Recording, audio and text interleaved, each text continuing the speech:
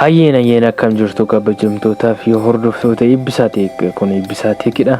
Waa'ee teknooloojii haakingii, piroograamingii, editingii wal qabatee wantoota haaraa ta'an kan simbiraan ga'udha.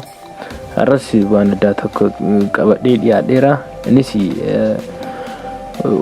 warra iPhone fayyadamtaniif kan ta'udha.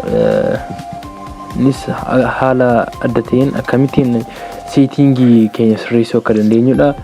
Innis bootonii asirratti argaa jirtanii bootonii wantoota baay'eef nu fayyadu control center kan jedhamtu kana akkamittiin wantoota bootonii mallattoolee asirra jiran akkamittiin adjust yookiin sirreessuu akka barbaannetti waan barbaanne asirra godhachuu dandeenya kan jedhudha. Warroota iPhone fayyadamtaniif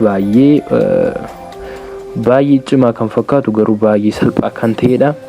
Innis settingii keessaa control center kan jedhu barbaanne akkuma argitan generaliitti kan aansee jiru control center kan jedhu kanatti buuna.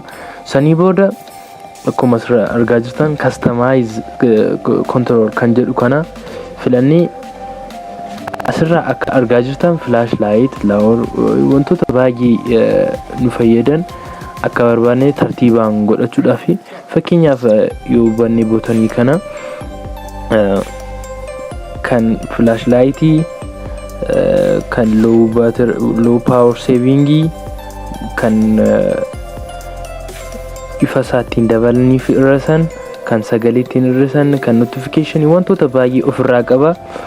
Isa kana tartiibaan yookiin kan keessaa hambisuu barbaannuu fi itti dabaluu barbaannu asirraa sirreessuu dandeenya. Fakkeenyaaf amma asirraa wantoota inni qabneef keessaa fakkeenyaaf kaameeraan asirra hin jiru.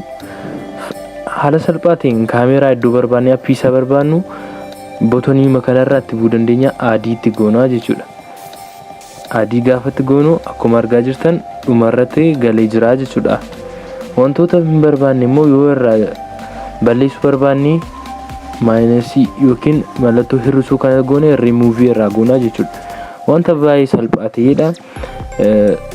Bootoniin kana wantoota baay'ee ofirraa qaba.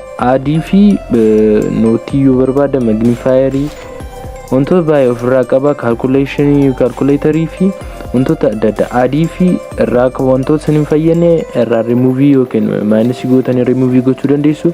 Kan itti dabaluu barbaadan immoo adiitti gochuu mallattoo eda'uutiin itti dabaluu dandeessu.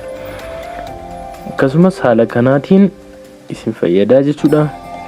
Wantoota adda addaa gara fuulduraatti gaaffii fi viidiyoo akka irratti hojjetamu kan barbaadan yoo jiraate gaaffii yoo qabaatan koomentii irratti nu barreessaa. Eebbisaatiik Facebook page keenya laayikii godhaa. Telegraamiidhaanis chaanaaliinis gruupiinis jira. Gruupii irratti gaaffii fi yaada qabdan achirrattis wal gaafachuu ni dandeessu. Linkiin isaa description keessa jira. Dabalataan kanaan dura bilbila jaalallee akkaataatti haakii goonuu jedheen ture. Ammas appii ajaa'ibaa tokko qabadhees ni dhiyaadha. Subscribe, like gochuu hin dagatinaa. Yoo viidiyoon kun isinitti tole share gochuu nu jajjabeessaa jedha. Galatooma.